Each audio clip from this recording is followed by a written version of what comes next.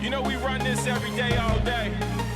And we ain't tired. Hey everybody, my guest today is Dr. Terry Ellis. He is a longtime Southern Baptist minister in the region and in Baton Rouge. And, it's going to be an adventure, Terry, because this is going to be the first time I have had a conversation with somebody that I had known for years. So I think it's going to be, something very, very interesting, because I will, in all true confessions, Michael Hackett and I had coffee with you at CC's, and we both walked away just fascinated by your story. So excited to have you here and let everybody else know. It's just like I was telling you before we went on. It's like, how did I not know a Dr. Terry Ellis was in Baton Rouge? Till my friend J.R. Whaley said, how could you not know? It's like, I don't, but now Baton Rouge is going to get to know what a that's great, Jenny. Thank you for inviting me. I really appreciate you and Michael. With your history in the Baptist church, were you always in a Baptist family? Were you raised that way? Or Yes, I was adopted back in 1958 by a good Southern Baptist family and in Texas. And we ended up moving to Lexington, where the Ellises are from. And so I was born in Texas, raised in Lexington, Kentucky, and grew up in church. I really loved church. It was always an important part of my life. And about age 19, I felt a very strong call, just a sense of why I was born, and that was to tell people about this good and loving and smiling God that I learned about from my family and from my church. That just is so wonderful. And so your career did it start in Kentucky? Tell me about some of the churches you've been in and some of the ones that people may know locally, or the one that people may know locally. I finished my bachelor's degree in psychology at University of Kentucky, and then got married, and we moved to New Orleans, and I went to a New Orleans seminary. And was there for 6 years, got a master's of biblical studies and then a doctorate in Greek, and taught while I was there, and then began pastoring churches. My first pastorate was actually here in Baton Rouge also, and my last pastorate was actually here in Baton Rouge as well. But I also was in Murray, Kentucky, in the western part of the state, Mobile, Alabama for 10 years, and then a couple of pastorates in Louisiana. Gosh, so you've been in the South most of your career. Right, just about all in the Gulf Coast. Yeah. It's kind of interesting you talk about the New Orleans Seminary. We had a couple of our New Orleans staff at Varsity Sports that went to school there for various things. Is that right? Okay. One of them, I'm going to laugh to tell you this, Josh Browning wanted to be in biblical studies, felt a calling for religious, and we recruited him working a running store, and now he works for Brooks Running. And so I'm sorry, Lord, that one's on me. Different mission. Yeah, right. a different Sounds mission good. for sure, but he's still a wonderful person. Yeah. But so, here in Baton Rouge, tell me about the ministry here and how things, you're so well loved and so well respected, nobody ever would think life would go off the rails for you. So tell me a little bit about being here and in your congregation. Yes. I was a satisfied Southern Baptist pastor for 32 years or so, and enjoyed it. I'm still grateful for my Southern Baptist upbringing. I'm now Catholic. I've been Catholic for 4 years now. Well, that's an interesting thing. I guess we may touch on that. Okay. Yeah, but that may be another story. But as a Baptist, I was a grateful Baptist, and still remain very grateful for what they gave me, what they taught me, and the opportunities to serve that I had as a Southern Baptist pastor. So it was really very, very rewarding. And alcohol was not a part of my life, and that's where we're going with this, obviously, Jenny. I was not a drinker. I was not a social drinker. And it was a part of my religious upbringing, although it was not a major part. It's not like, we heard a lot of sermons against it. I don't remember ever hearing a sermon against it, which is something the Ellises did not do.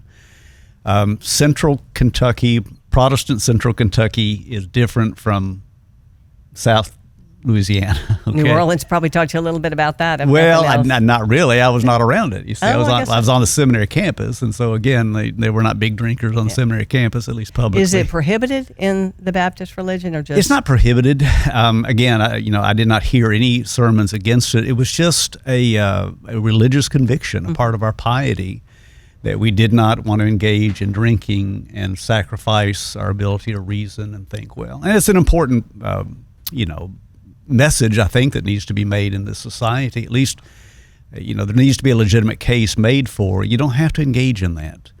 So that's the way I approached it. I approached it very rationally, and but not ever as a it's bad for everybody. I just believed it was bad for me. I didn't want to get into it. And then the different religions have different viewpoints on that. Your New Catholic religion's probably a little bit, and this may sound like a trite question, but you've talked about it before. The Bible says turning water into wine, and Jesus and the disciples are drinking wine. Right. How do the Baptists reconcile that? I used to say from the pulpit in the Baptist church, I said, Jesus did not turn the water into grape juice.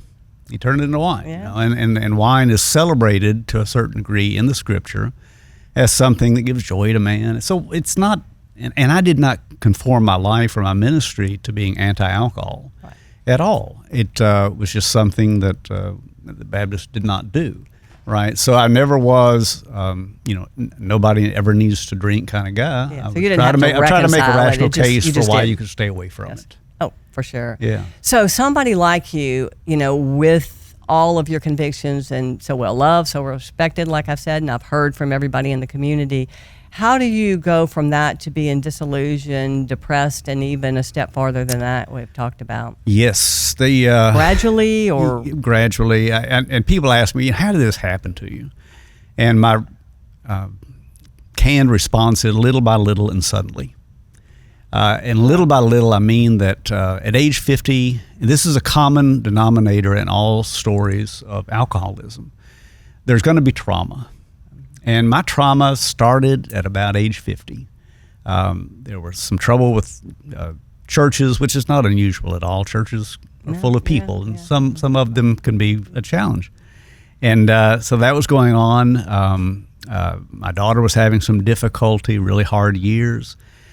My brother was murdered back in 2013. Now, murdered, that's pretty traumatic. He was an older traumatic. brother. I was adopted into this family. At that time, it was Bill and Dottie Ellis, and my older brother Ken was 8 years older than I. And it was Ken? Ken.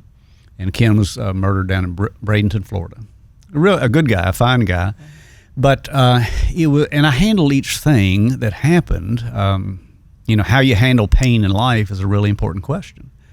And I think for the most part I handled it well. It's just that it can pile up, and there got to be a point in my life where I was just very anxious. I was depressed. I realize that now. I did not see it at the time necessarily. How do you feel depression as a minister? I mean, what is that? Right. I think the most important thing to get across here, Because you always want to be Jenny, up and up for your right. people. Well, you're not. No, I think the best ministers are not going to insulate themselves from the real problems that people face. I mean, we are subject to facing anything that anybody else is, and no amount of faith is going to prevent you from running into really grave difficulties in life. So that's just a myth that you can somehow we think you're godlike, believe your way out of all the problems of life. That's not the case. It's not biblical. Yeah.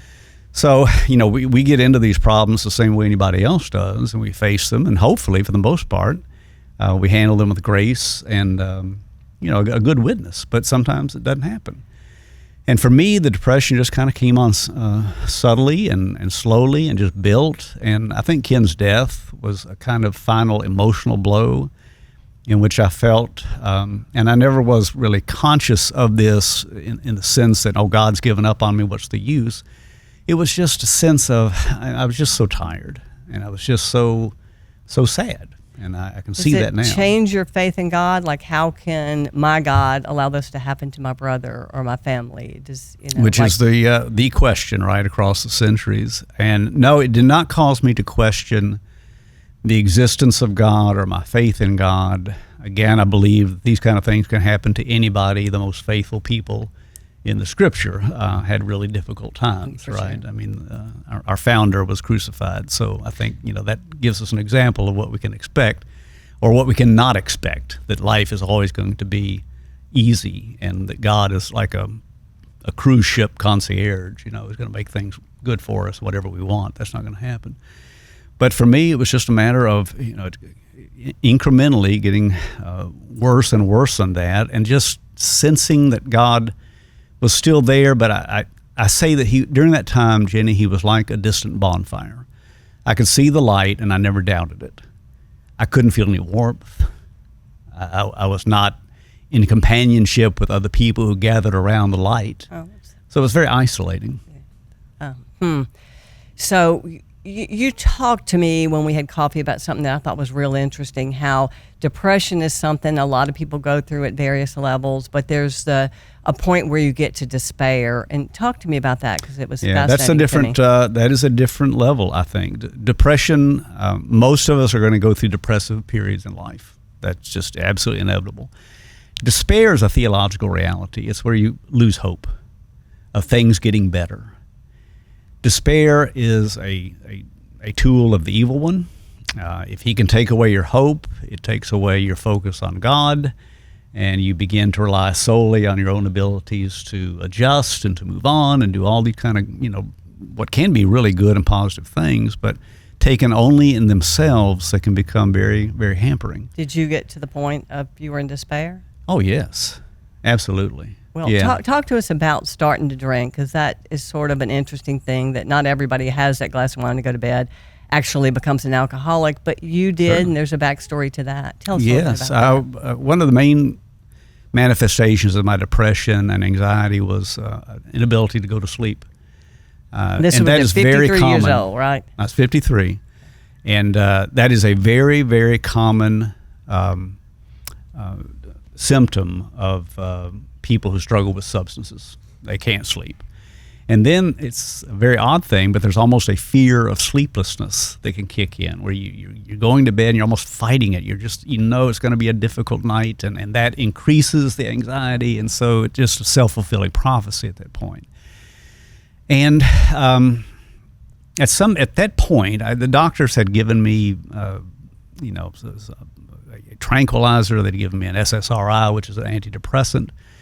They'd given me Ambien to help sleep, and that's Did people around you know this was going on? Not right really. then? No, Not then? I think my staff at the time feared I was going through a nervous breakdown. But again, they were aware of the different depressive incidents in my life. Not that I had manifested, but the events things that were causing, going on. That my daughter, my family, my churches, my brother. That was the big thing. It was the big public thing that you couldn't dodge that. That was very, very public. Tragic and heartbreaking. Good Morning America did a story on it. Is that right? Yeah, Oh, my it was a very, very public kind of thing. So they were aware of that. They felt like I may be having a nervous breakdown. They were concerned, very supportive, and very kind. But during that time, the meds certainly work, but you run out of the prescription, and so what do you do then? And somebody suggested, why don't you just have a glass of wine to wind down? Yeah. And So many of us in Louisiana do. Which is, and I want to be careful, Jack. That's perfectly fine. Yes. For 85% of the population, they can do that, and there are no long-term repercussions. You're not on the precipice of doing something that's really, really dangerous for you. That's not the case. So don't get me wrong in the sense that this is a former Southern Baptist minister saying nobody should be drinking. That's not the case. I'm in the 15%. Which is the percentage of adults in America who have a substance use disorder. I didn't know I had that. I didn't know I had the predisposition to that. So there's a story to that, huh? How you eventually found out, well, maybe this is the missing piece in this puzzle. So I took that first drink of wine. It was a glass of Chardonnay, and I remember it was vivid. It was that psychologically impactful that I remember standing in my kitchen and finishing a glass of Chardonnay and telling my wife, I feel like the weight of the world just fell off my shoulders. And so it just And with just Chardonnay relieved of all me. things. And what now? I'm only kidding. I said, and with Chardonnay of all things. Well, I know. I had no idea. I was so naive about all of alcohol. And people find out about my drinking history, which was only at 2.5 years. But serious and, even critical, but I'm not a sophisticated drinker. I never bought a drink in a bar. I didn't drink socially. I drank in isolation, Such which is a a different real tale than you hear from most people. Yeah, I think it is. You don't have a whole lot of former Southern Baptist pastors who are out there hitting it hard. Or at even the bars. alcoholics that kind of follow that path. No, or maybe I better do. than they I'm asked to speak at conventions sometimes, and I said, look, my drinking story is so boring. I have nothing to offer you in terms of some of these very, very gifted speakers who they've had tremendous challenges and run-ins with the law and just utter destruction around them, laying waste to everything that's valuable. Mine did not reach that point yet. It would have. But I was intervened on, and that helped cut things short.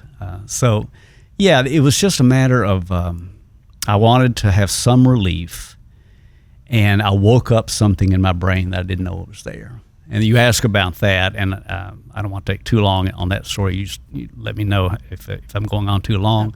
But I was adopted at birth, given up for adoption by a lady who had 2 children at the time. She was 25 years old, I believe, and she was widowed. Her husband died very early. And she became pregnant with me, with another man, and just felt like she couldn't take care of another baby. This is 1957. She's on her own, and she's probably right that economically it would have been very, very challenging, and she just didn't feel like she could give this child the opportunities that she wanted him to have.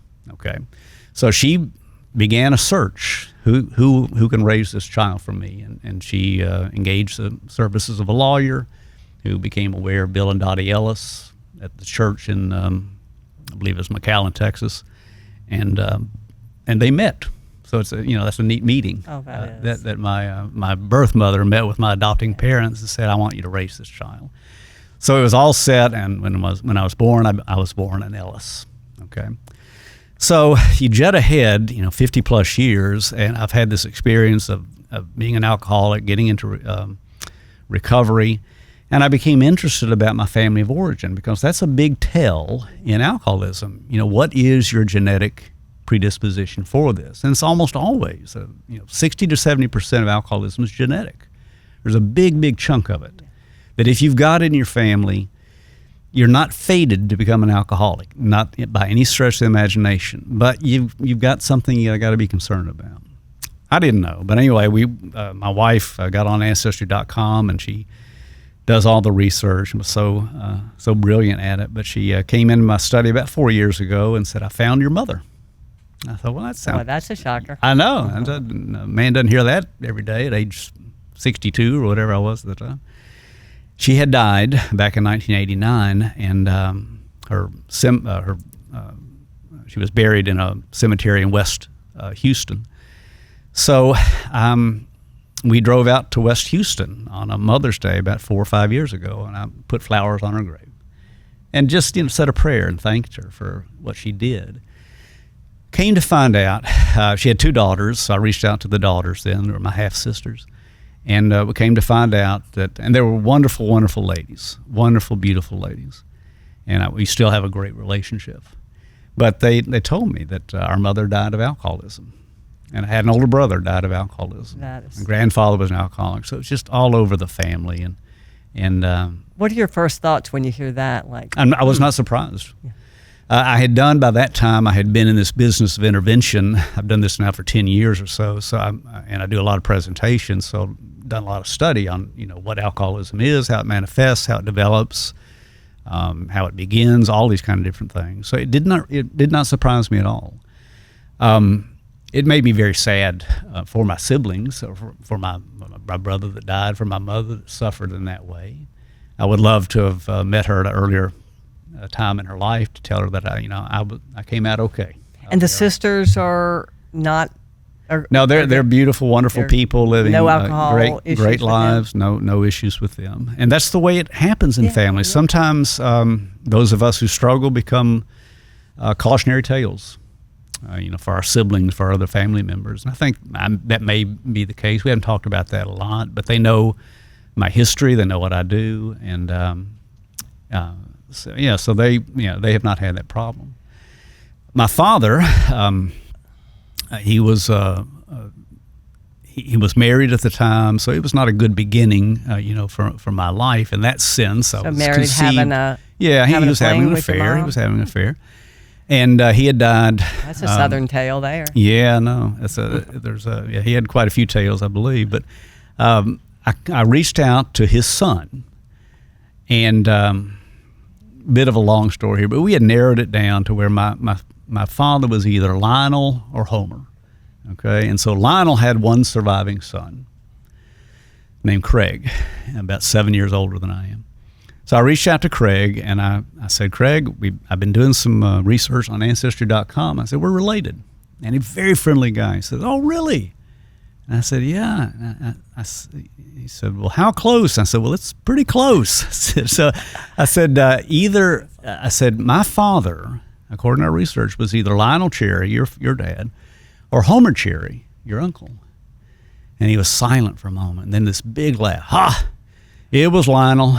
It was Lionel. Lionel, the rascal. He was a rounder, as we say. But I've met Craig and his wife Sharon, and they're wonderful, wonderful people. And he helped me to get to know my birth father in a way that he said, look, our dad had challenges, but he also had a lot of good points. He said, I chose to dwell on the good points. And so this is a wonderful new big brother that I've got, right? It's just been terrific for me. That is great. And our common ground as we roll into this is that we're both runners, and you have taken up running, and not just running. I mean, you've run 2 Louisiana marathons and Gulf Coast marathons. So, tell us about running, and how, even when you work with alcoholics today, how physical exercise and running help, and how it's helped you. I always portray it as a gift of recovery. That when you get into recovery, it is a restoration of your physical health. Well, it's a restoration of your emotional, spiritual health, mental health, and your physical health. And so you're able to begin or to re-engage in things that were important to you. And even though I work with a lot of people whose health has been compromised physically, it's amazing what can happen when they get into recovery, are relieved of that obsession for the drug or the alcohol, and can begin to devote themselves to some activities that they once enjoyed, or some new activities that they want to engage in, want to begin. So for me, I had been a short distance runner for many, many years, I guess pretty much all my life.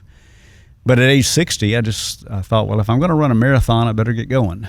And so I started training and downloaded programs and followed the protocols, and I've been running for like 7 years now. And so I'll ask you the same question that I asked Walker Higgins when he was here about the thought of trading one addiction for the other, particularly when distance running is, such a difficult, challenging type of thing that you can pour yourself into it like you can pour yourself into a bottle of wine. Certainly. There are different levels, of course, and just because you're really committed to any particular area of your life doesn't mean it's an addiction. It doesn't necessarily even mean it's a compulsion. Yeah. Can it be? Absolutely. I agree with you. I just want to hear your perspective. Right. It can be something, and I think the difference is, Jenny, if something begins really interfering with your life. In other words, if I'm running so much that it's interfering with my relationship with my wife or my family, or I'm setting aside my devotion to God, my religious commitments, that kind of thing, at that point it becomes a problem. So I would say that, and I'm cautious with the word addiction, but at that point, it becomes a compulsion that begins to interfere with life, other areas of your life. Instead of enhancing your life, it begins to interfere with some other very important areas of your life. That's a great point of delineation. Yeah. And so you're training now, even as we speak, for Louisiana Marathon, right? Yes. I go through the cycle. I begin, in May or so, beginning the training for the following season of distance running. And so we'll see how things hold up. At this age, you're going to get a nick here and there. Had a knee replacement 5 years ago that's holding up great and doing really, really well. But yeah, that's my plan. Oh, that's so terrific. I'm going to have to get you in a varsity sports shirt. Oh, well, I tell you, I've got a drawer full of your shirts, Jenny. Well, I really do. A running singlet, an official. No, I appreciate that. Marathon I would singlet. love to have it. And I wear proudly my Run Hard, Live Easy shirts. Well, I don't want to go without talking about your foundation, because you have taken everything you've gone through and become meaningful to so many others. And so tell us about the foundation. 10 years ago, I resigned as a pastor. I came out of treatment 12 years ago and came back to the church here in Baton Rouge that invited me to come back and remain as their pastor. It was quite a gift. Yeah. Very, very nice thing. Tells you a lot about that wonderful church. People, right? Absolutely. Wonderful, wonderful people. Broadmoor Baptist Church was very supportive, very good group of people. During the following 2 years, I came to the church. I came back to the church, and I just decided to own this very publicly there were no secrets. I mean, people knew what had happened to me. They knew where I had been. I went away for 3 months, for 92 days, I think it was in treatment. So when I came back, people certainly knew where I had been, and I told the leadership of the church to be honest. I was prepared for them to say, look, God bless you, but, we need to move on and get somebody else as pastor. I would have understood that. But they didn't. They invited me to stay as their pastor. But then, my first sermon at the church, that first Sunday I was back, my first words were, I'm Terry, I'm an alcoholic. Let's talk about this. Let's be honest with it. So, it was a full church, of course. They were wondering, how I was doing and all this. But that opened the door for people to come and to talk to me about their own problems with addiction. And previously, they just didn't do that. I pastored some large churches and television and all kinds of things, thousands of people. But people normally are not going to go to anybody publicly, or not publicly, outside of their family and say, I've got a problem. Well, you said you were vulnerable, so I guess it made the vulnerable people more comfortable. It certainly did. It certainly did. And I was not the kind of fire-breathing guy that would have condemned them for this problem. No. I did not know it, not know a lot about addiction necessarily before I got into it, but I certainly recognized that it was not a moral failing. It was not a character issue. It was a medical, spiritual issue. And so when I just said, I'm Terry, I'm an alcoholic, here's what it is, here's what's going on, then I had people come to me and ask for help. And so that grew, and in 2 years, 10 years ago, I just decided to resign as a pastor and become an interventionist, and got training and got certifications and learned a lot about addiction. Now I do presentation. I've done presentations at a number of universities and a lot of churches, and I've done interventions literally all over the country. It's a rewarding life, I'm sure. It is. It can be. It can be very. Same minister, just different type of pulpit. It's certainly ministry. It is certainly walking or stepping into the chaos of people's lives and families' lives, and I do enjoy that. And just trying to give them a little order, a little peace, a little hope. And you have a new website for the foundation. Can you? Not that people can ever remember it necessarily. But right. The foundation that we formed, and literally, it's just the website just came online this week. The printed materials literally were done today, but it's the Fully Alive Foundation. And the Fully Alive Foundation, I work for the Fully Alive Foundation. The board, we solicit donations to the foundation. They pay for me so that I'm able to take calls now, and I don't have to in any way suggest that it costs any money for you to get the services of a professional interventionist, professional counselor that comes to your house, comes to your home, steps into your family situation. It's free. We ask them to cover expenses, and if they're capable, if they're able to make a donation to the foundation. But other than that, it's just supported by people who see the value in this and support it, and then I'm able to do the ministry without worrying about, charging everybody for it. Yeah.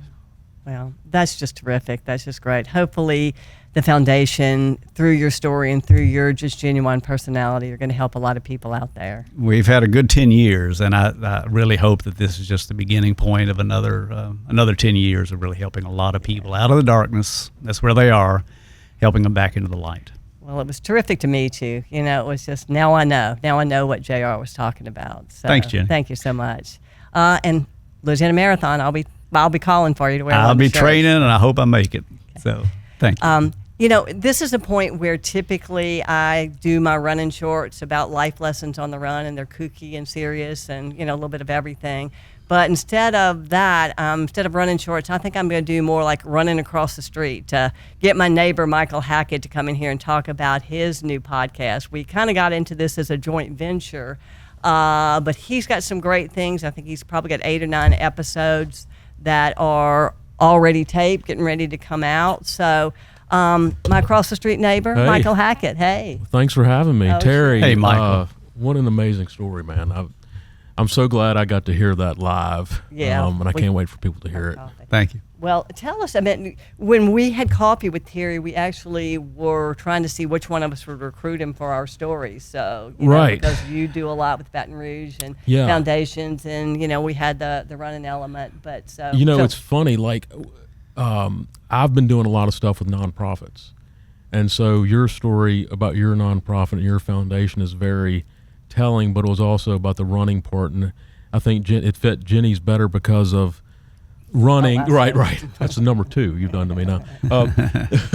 Gene was first. Yeah, but all right. but the running part of it was really interesting. But I tell you, hearing y'all talk, and I've told other people this, and I feel like yours. Like I've listened to every one of your episodes, and every one of them just gets me. I mean, like teary-eyed.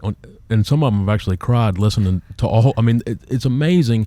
I'm up here crying half. I know. And then my podcast, I've done 8 episodes, and they've accidentally turned spiritual. That was not my goal, and I feel like both of ours have kind of turned that way on accident. I don't know, Terry, you're the expert, but it's almost we're doing this for fun, and we also have our own thing that we're doing, but both of them have turned into this spiritual journey for, I guess, me and you, but obviously, hopefully the audience. God weaves His grace into all of our lives. Yeah. And so you're just giving an opportunity for it to come forth. So Thank you for that. It's been amazing. Yeah. Well, tell us about Alligator Shoes. First of all, I've got to let him explain to everybody about the name Alligator Shoes. We had all kind of names, and we were going back and forth across the street over a glass of wine. Trying to decide what it would be. And none of it was really Michael Hackett till he came up with this. He came across it because I've got it, Alligator Shoes. It's like, okay, Alligator Shoes, tell me about that. And really, y'all, it's perfect Michael Hackett when you get down to it. But tell us a little bit about that. Okay, so you know this. I'm a huge music fan. Huge. And so, and I like all genres of music.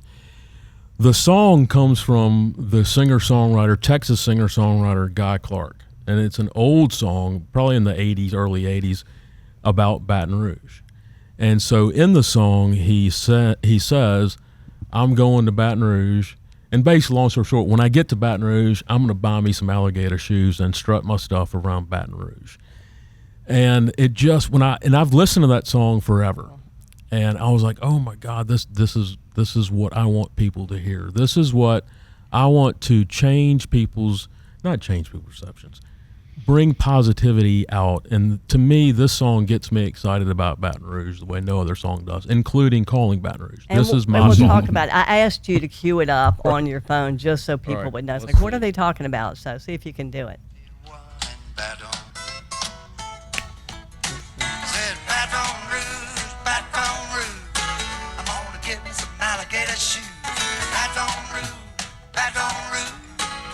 Isn't that great, y'all? That is just terrific. That's so great. Yeah. So when are we going to start hearing the podcast? So let's see, this week. So my first guest, I'm excited, is Dr. Mark Laperouse, who is the medical director of the emergency department at Our Lady of the Lake. And one of my favorite guys. He's as well. amazing. And then, I've had on these amazing people.